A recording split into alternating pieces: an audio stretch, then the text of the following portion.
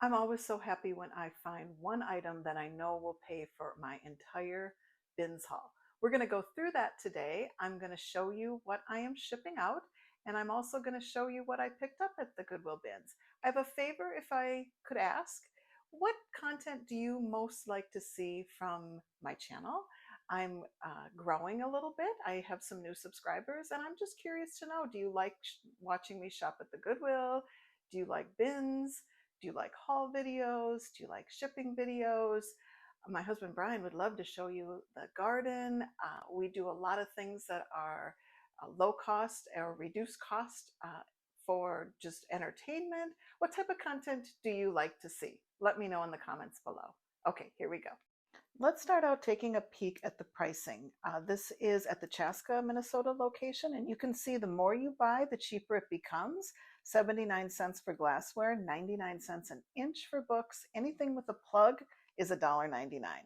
The clothing bins were very, very good. Like the last time I was there, this is a Vineyard Vines boys shirt, Bowden leggings that I picked up.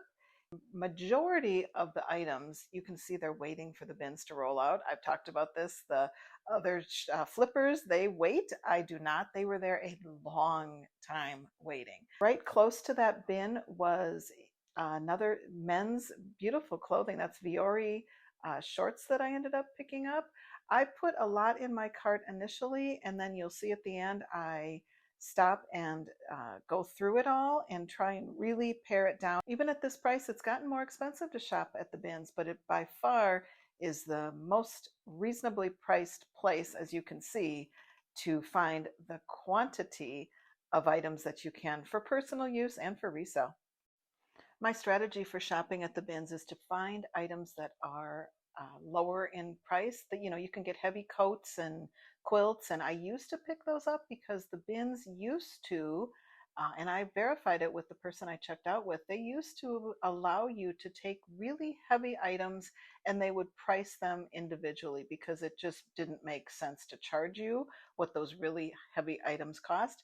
That's not the case anymore. They have done away with that. So this bin had rugs in it, $5 each, and I don't know how you would get them out to look at them, but what a great deal that was. So I headed over to the hard goods now, and that's my favorite place to shop. There are two bins on as you walk in on the right hand side. There are several, probably 2 or 3 rows of them, but the farthest one to the right hand side has only one section of hard goods. The other section behind it is handbags and accessories. I did like that bin was good. I liked going through that. I picked up that wallet just simply, it was looked brand new and clean. This is where I found many of the items that were craft items. And you'll see in my haul, I came home with somebody's entire, must have been dumped out, entire crafting room. I did bring this one home. I pick up college gear. That was NDSU, North Dakota State University. Those, each year people buy or start to go to school and then want to buy fan gear. So I always, no matter what school, I try and pick up fan gear. So this is the entire row of hard goods. When I was there, it got traded out twice. So it's fun. I let the other shoppers go through first. Then I will come through and find very nice things after other people have gone through. We all want different things. So don't feel like you have to wait in line and just get in there and elbow people around. You don't. There's nothing in there. We're all looking for different things. So that doesn't make sense to me, but a lot of people do want to be first to look through those items. This book section has gotten much bigger. It goes around the perimeter now of the bins, and I have been in search of, pop in a screenshot, this Martha Stewart book. I got very excited when I saw Martha. So I popped her in my cart and started looking for others, and very quickly found another one of Martha's books. And there it is. And I went looking for the signature. That is the key to finding those vintage Martha Stewart books. But that particular book will also pay, when that one sells, will also pay for the entire cost of this bin strip. So not the Martha Stewart book, but a really good Martha Stewart. So I would look, if you find any that are vintage back in the 80s and 90s, I would take a peek at those and look those up. Not what people are selling them for, but what they have sold for. There's a big difference. I could price that at $100 or $200. That doesn't matter. What matters is what someone is willing to pay for that item. I'm now on the other side of that hard goods bin. This entire row is handbags, leather, purses, shoes. The problem with shoes, and I know people that do really well with shoes, the problem with shoes here is there's only one and you have to go looking for the match. And I just simply don't have the patience. I will find shoes as a pair, but most often it's other people have found it and thrown them back. In the throwback piles, I have done very, very well. What people determine they want for that item, they've done the research and thrown them back as a pair. That's typically when I am able to find shoes. I pick up every single leather, cool, different vintage belt, and then I'll go through them and see what type of shape they're in. Here's the shoe bins. I just don't have the patience, but people resellers love shopping at the shoe bins. Since I've been doing this for a while now, I'm pretty quick inside the bins, and I know kind of hone in on when you find a bin with something you like. I stay there for quite a while because in my mind, if someone brought in one item I liked, maybe in the bag they brought in several items that I like. I find that a lot with vintage kids clothing, but you can spend hours and hours and hours. I know people that have gone here in the morning, stopped, brought a lunch, gone outside, stopped for lunch and ate in their car and came back in. You could literally shop an entire day here because they rotate the bins in and out. So the merchandise changes all day long. There's some more of those belts. So the serious resellers, in fact, there's one person, there's a man, every time I've been here, I have seen him every time. And I don't go, I maybe go once every 3 weeks or so, but on different days of the week. I just work it into what I'm doing. I'm lucky my kids now, my son and daughter-in-law and grandson live near here, so it's a perfect reason, an excuse to come down here. But he's there every single time. And I go all different days, all different times. So he literally makes a living by flipping items through the bins, and it's his full-time job to be here shopping. So I love shopping. I just don't love shopping that much.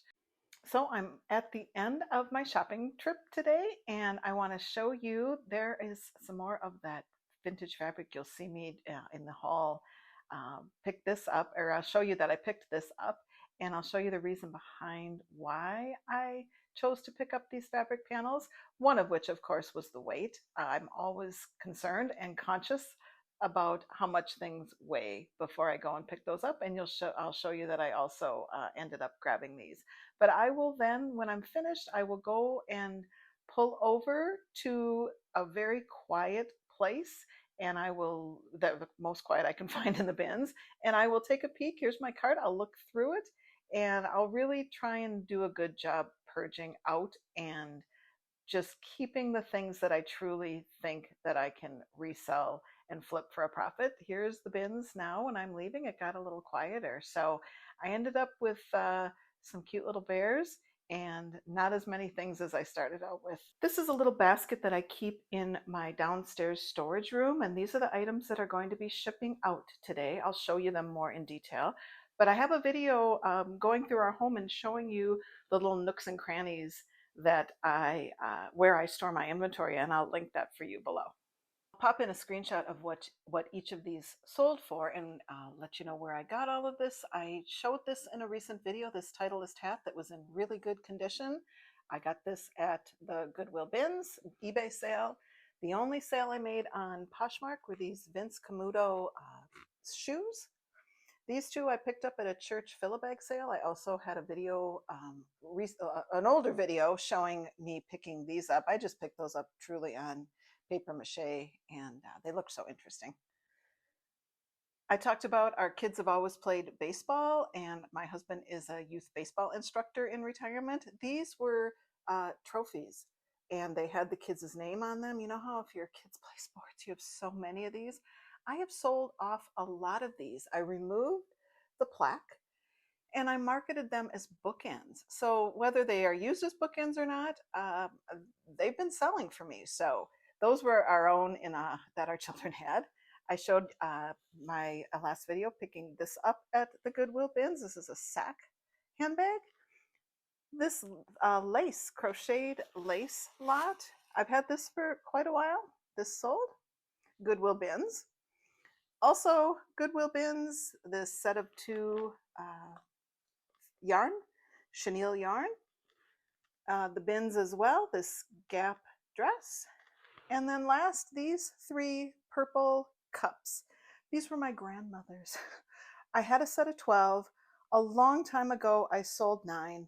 And somehow, out of the blue, these last 3 sold. So these are the items that I'll be shipping out. This is what things look like that are in step 2 of shipping.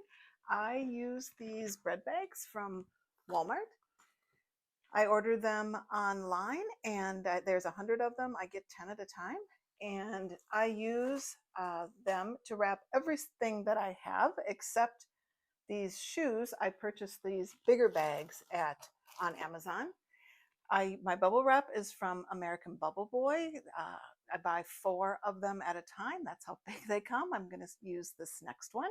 So everything is wrapped in tissue paper. I've talked about my husband works at a clothing store. He unpacks the items. He brings me home all the tissue paper. This is just a portion of it. So everything gets a sticker from Amazon. And in terms of the hats, I put bubble packs, these little pillows inside, and wrap them. Everybody gets a sticker. And all of the boxes, I do use poly mailers for the things like this that are soft, and I'll show you at the end what those look like. But for the things like these glasses here, I have several friends and neighbors who just give me their boxes from Amazon. This one must have been for her contacts. So I am able to use recycled boxes for the items that are not able to fit in a poly mailer. So those are all eBay sales, but for the one Poshmark sale that I have, you can order. This is the way the boxes come directly from USPS, United States Postal Service, shipped to your home. They will send you free priority mailing boxes, and everything you ship on Poshmark goes priority mail, and you can use any box, any size, any packaging. It just all goes priority, and all of those shipping supplies are free. So I'm going to package them up and show you what that looks like. This is what it looks like now. I sit on the floor in my office. I know that's probably not the easiest way to do it, but I love sitting on the floor. So I'm on the floor. This is where I do my shipping. Those are the lightweight items that went in those poly mailers that I talked about. I have some that are eBay branded that I get with my store, and the others I just purchase off of Amazon. There's that large roll of bubble wrap that I had to unroll because I needed it for all of these packages. So these are the shoes that are going via Poshmark that I sold, and it has to be under 5 pounds. Buyer pays shipping. You can offer a discounted rate and take some of that when you send an offer. Has to be under 5 pounds. If it's over 5 pounds, the seller needs to make up the difference. So that's the one Poshmark item that sold, those shoes. These are the clowns. Again, bubble wrap 3 ways, 1 way, 3 wraps the other, and then I stuff that packing paper in between. So those are those fragile clowns. These are the trophies, and this came in my friend's, when she brought me over some of these boxes, she brought along her packing paper. I popped it in like this, and then the second trophy on top, and then this will go over the top, and I'll seal that one up. I think one of the harder things about shipping on eBay is having the right size box for what sells and offering 1-day shipping. So these are those purple glasses that were my grandma's. I packed in the tissue paper along the sides, 3 rolls 1 way. Along the bubble wrap, I turn it, I roll it 3 ways, 3 rolls the other. I might do overkill on packaging, but it's a bummer when it breaks. So I'm pretty darn careful in how I package up my breakables. All packaged up. I've had these Lululemon bags forever. I just keep them hanging in the closet here in my office, and use them as my bags that I carry to the post office. So here's what came home with me from the bins. I always bring 2 or 3 of those blue IKEA bags with me. They're really handy. I just keep those in my trunk of my car. So I want to talk about some of the things I picked up and show you that several of them will pay for my entire shopping trip today. So total spent was $26.59. So let's go through and I'll put in some screenshots of what some of these items will bring. So if you've been watching my channel, you know I am really looking hard for Martha Stewart Entertaining. It has to be signed. I'll put in a screenshot for what that signed book goes for. But when I was in the bins looking and I saw, first off, that book, and then kind of dug around, you saw me, and then there came this vintage one. So I quickly looked through to see if it could be signed. But it wasn't, but I grabbed these two, and this Martha Stewart book will pay for my haul. The rest of the books I grabbed were just this vintage Wizard of Oz, a Bible, Ribsy from back in I used to love Beverly Cleary. 2 scarves. This one is Vera. If it were silk, it would have done better, but I will list Vera scarves separately, and the other polyester scarves I will keep and lot them up and sell them as a group. This handbag came directly with the tag from the Goodwill. It wasn't worth $6.99. It ended up at the bins, but I can definitely get $15 for that. This belt reminded me of Brighton. I'm going to do a little research on it, and these conch bells these vintage ones sell quite well. Another item that will pay for my entire haul, these 2 boxes came side by side in a bin, and they're these little Hummel figures. I'll pop in a screenshot of what she sold for recently. She was inside and all packaged up. He was not. So what I did is I grabbed this slip and I shoved it in here and wrapped him up, and so he came home protected by this vintage slip. So she is going to, when she sells, she will pay for this trip as well. A wallet that was in great shape. And now to the clothing. These are men's Viore swim trunks. The vintage slipped lingerie does very, very well. This one just came from JCPenney. This very cute pair of Bowden little girls leggings, adorable with the unicorn on them. This whale shirt from Vineyard Vines, it's a large. Initially I thought it was a large men's, but that's 16, it's a large boys. I do very, very well with these type of preppy, I would call them. This is a Ralph Lauren men's preppy button-up. I do quite well when I market them as preppy. This NDSU visor, always pick up school gear. People are coming in new every season. Everyone wants to represent. This one I washed up in the washing machine.